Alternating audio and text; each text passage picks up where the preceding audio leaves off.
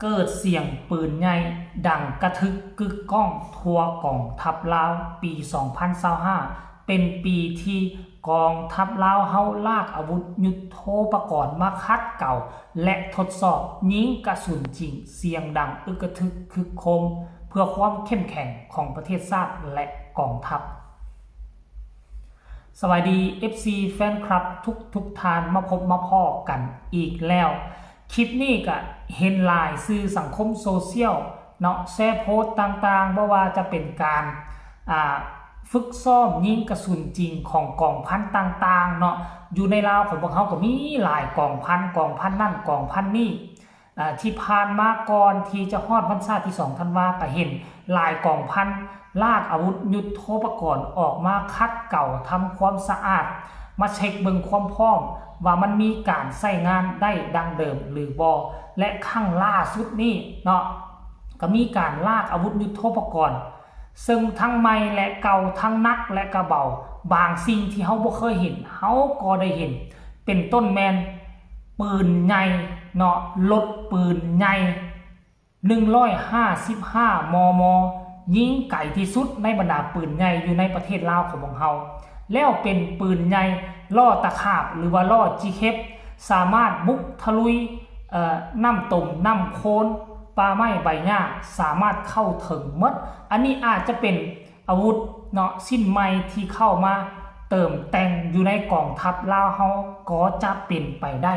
รายละเอียดอยากให้ทุกคนไปชมคลิปวิดีโอ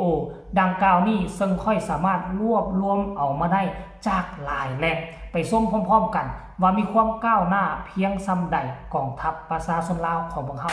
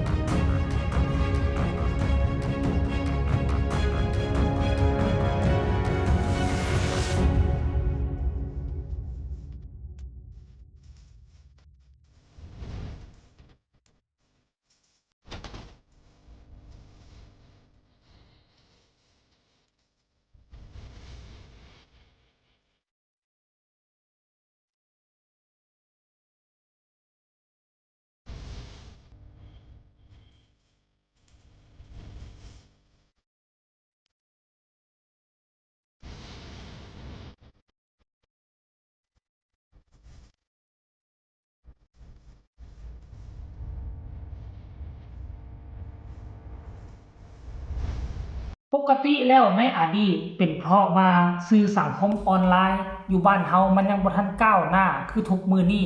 ก็อาจจะมีอยู่เนาะเขาเอิ้นว่าการฝึกซ้อมประจำปี ทุกเหล่าทัพทุกกองพันก็จะได้ฝึกซ้อมแบบนี้แหละประจำปี แต่ว่าอดีตมันบ่มีข้อมูลข่าวสารที่จะเฮ็ดให้เฮาได้รับได้รู้ถึงการเคลื่อนไหวของกองทัพเฮาก็เลยคิดในใจว่าโอ้กองทัพลาวบ่มีหยังดอกเป็นกองทัพน้อยๆอาวุธยุทโธปกรณ์ก็บ่มีเนาะเฮาบ่เห็นบ่หมายความว่ากองทัพเฮาบ่มีมาตกใส่ปีนี้เป็นปีที่ค่อนข้างว่าเทคโนโลยีมันไปไกลสื่อสังคมออนไลน์มันว่องมันไวเนาะไอ้น้องทหารก็มีสื่ออยู่ในมือเวลามีการเคลื่อนไหวเวลามีการลากเอาอาวุธยุทโธปกรณ์มายิงฝึกซ้อมก็จะได้ถ่ายทอดมาให้บรรดาประชาชนลาวเฮาได้รับได้ฮู้ต่างฝ่ายก็ดีอกดีใจ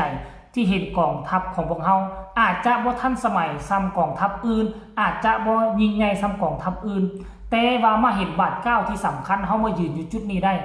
คนลาวเฮาก็ล้วนแล้วแต่ดีอกดีใจที่เห็นกองทัพเข้มแข็งและมีอาวุธหนักมาเสริมทัพท่านผู้ชม FC แฟนคลับอันนี้คือการรวบรวมการฝึกซ้อมหลายกองพันในกองทัพประชาชนลาวของพวกเฮาข้อมูลอาจจะบ่ครบถ้วนอาจจะขาดเขินบ่ได้มีข้อมูลแต่งเติมก็สามารถคอมเมนต์มาได้ทางใต้คอมเมนต์พอกันใหม่ในคลิปหน้าสบายดี